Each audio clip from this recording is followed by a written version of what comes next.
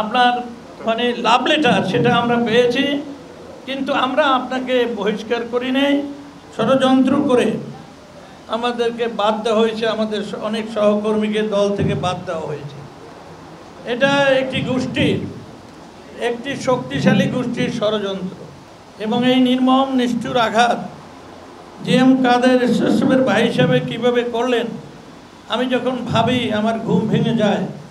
আমি দেখি যে এই নিষ্ঠুর মানুষটির হাতে দলটা পড়ল, আমাদের কোথাও নিশ্চয়ই কোনো অপরাধ আছে। মানুষ দলে লোক নিয়ে আসে, মানুষ ক্ষমতায় যাওয়ার জন্য দলকে ঐক্যবদ্ধ করে, সুসংগঠিত করে, তৃণমূল পর্যায়ে দলকে নিয়ে যায় মানুষের সমর্থন আনার জন্য। এইটাই গণতান্ত্রিক রীতিনীতি। আর সে একা ঘরে রইল। এই গত 8 বছরে সে 10,000 লোকের একটি জনসভা কোথাও করতে। সাংবাদিক ভাইদেরকে আমি অনুরোধ করব, আপনারা স্মরণ করে দেখেন।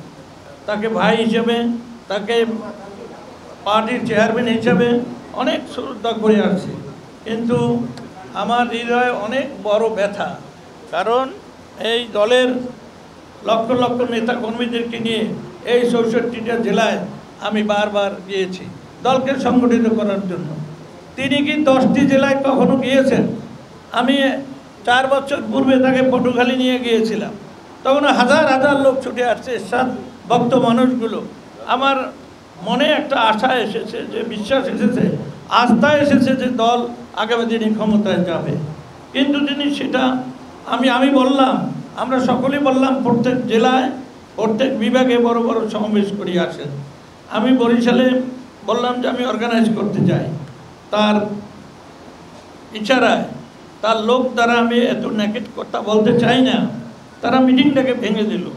আমি আশাহত হলাম, যেখানে আমি 45 বছর বরিশাল জেলা হেডকোয়ার্টারে আমি রাজনীতি করে আসছি, সেখানে আমাদের দলকে টুকরো টুকরো করে দিয়েছেন সে। তো এই যে তার অরাজনৈতিক আচরণ দলকে স্তব্ধ করে দিয়েছে বারবার। সেই জন্য আজকে আমরা এখানে একত্রিত হয়েছি। কেন? তার চিঠি পেয়েছি। কাদের ভাই, আপনার চিঠি আমার হাতে এসেছে। আপনার যে মানে লাভ লেটার সেটা আমরা পেয়েছি, কিন্তু আমরা আপনাকে বহিষ্কার করি নাই, আমরা আপনাকে ফেলে যেতে চাই না।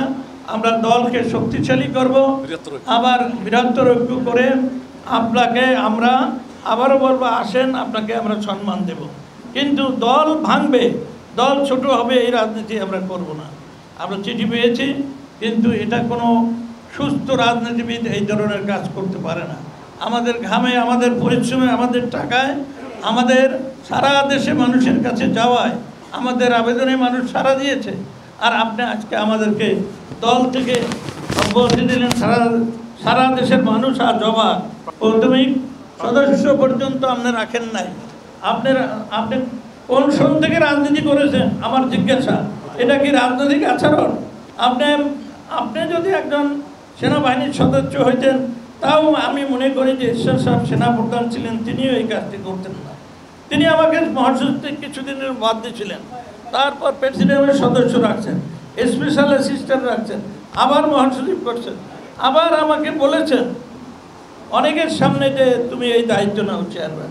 যে কথা আনিস ভাই বললেন, আমি সেই কথাই বলেছিলাম যে স্যার, আপনি থাকতে এই দলের চেয়ারম্যান হওয়া, ভারপ্রাপ্ত চেয়ারম্যান হওয়া, এই দৃষ্টতা আমি রাখি না। আমি আপনাকে ভালোবাসি, আপনার নামটি যথেষ্ট স্যার। আপনি ঘরে থাকেন, দল আমরা অর্গানাইজ করব।